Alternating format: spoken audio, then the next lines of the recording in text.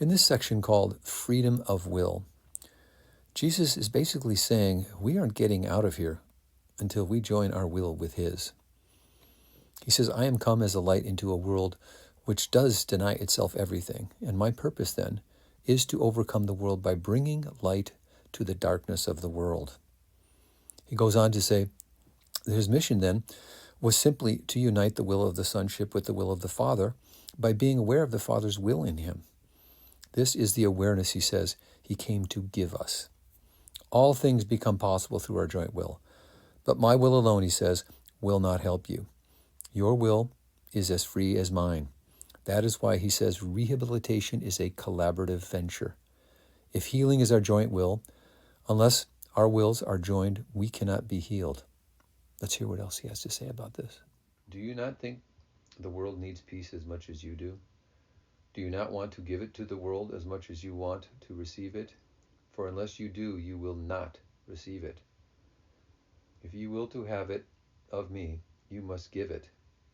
Rehabilitation does not come from anyone else. Yeah, and really what he's saying too is rehabilitation. You have to do this, and all you have to do is stop denying that I've already solved this problem. That's what he's saying, isn't it? Yeah, that's what he's saying. You can have guidance from without, but you must accept it from within. The guidance must become what you want, or else it will be meaningless to you. That is why rehabilitation is a collaborative venture. I can tell you what to do. I can tell you what to do. But you have to do it. This will not really help you unless you collaborate by believing that I know what to do. Yeah, really. Only then will your mind will to follow me. Without your will, you cannot be rehabilitated. See, that's, I think, why one of the biggest problems with the religion that's been set up, it's basically a religion set up by powerful people to control people, because it's telling them they don't have to do anything. Yeah. They're right. Waiting for Jesus to take care of it. So they're sitting around trying to be good, trying to follow the church rules, paying their tithing, listening to the BS, basically, doing nothing to heal their minds or act lovingly. I mean, it's really sad. They've taken the message of Jesus, because that's not what Jesus taught. It's not what he taught, no.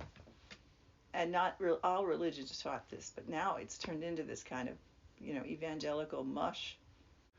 Without your will, you cannot be rehabilitated. Motivation to be healed is the crucial factor in rehabilitation. Without this, you are deciding against healing, and your veto of my will for you makes healing impossible. If healing is our joint will, unless our wills are joined, you cannot be healed. This is obvious when you consider carefully. He's really emphasizing here, really, you need to be involved in this, kids. Yeah, he really I'm sorry, you're waiting for me. I can't do it for you. That would deny us that we have the power.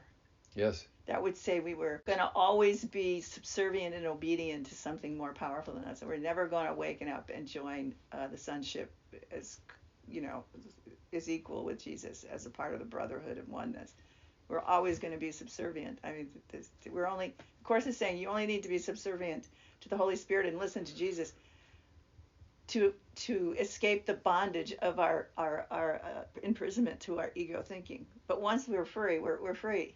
We're going to have our own, we're going to be at one with God, and God's will be our will. Right. Because we'll be working with the sonship, where everybody's will is working in oneness rather than working in separation to fight each other. The point is that this isn't about always being subservient to a will, to God's will. Yeah. God's will be our will. It is our will. When we wake up. Your will is the means by which you determine your own condition, because will is the mechanism of decision. It is the power by which you separate or join and experience pain or joy accordingly. My will cannot overcome yours, because yours is as powerful as mine. Now listen to that. Our will is as powerful as God's. That's how powerful it is. Our real will. Yeah. Our ego will creates illusions. This is pretty powerful because these illusions look pretty real. So it's really powerful even in the illusion. Even in the illusion, right. But we're working on getting really big will going. I think that's way more enticing. So what if you can make good dreams here? Or I mean, I mean that's better than bad dreams. But eventually, if you know how only to make good dreams, you're gonna dream your way right out of here. Meaning you're gonna wake up, because what's the point? Yeah, right. I think that's why he says we have to turn our dream into a happy dream before we can wake up. To be happy, you have to be at peace. So that Right. means you're not fighting anymore. Well, that's really, I think the only purpose here is to win and fight and gain superiority of the other people. Well, you can't really be happy unless you see your oneness. And remember, peace is the key Right. to knowledge. Yeah. Is the link Right. to knowledge. You have to go through peace to get the knowledge. Yeah, and so if you're Yeah. ever really happy, we're talking about Yeah. real happiness. We're Yeah. not talking about ego fantasy happiness. We're talking about real happiness. There would be no, well, your happy dream isn't dependent on whether the world is in a happy dream. Right.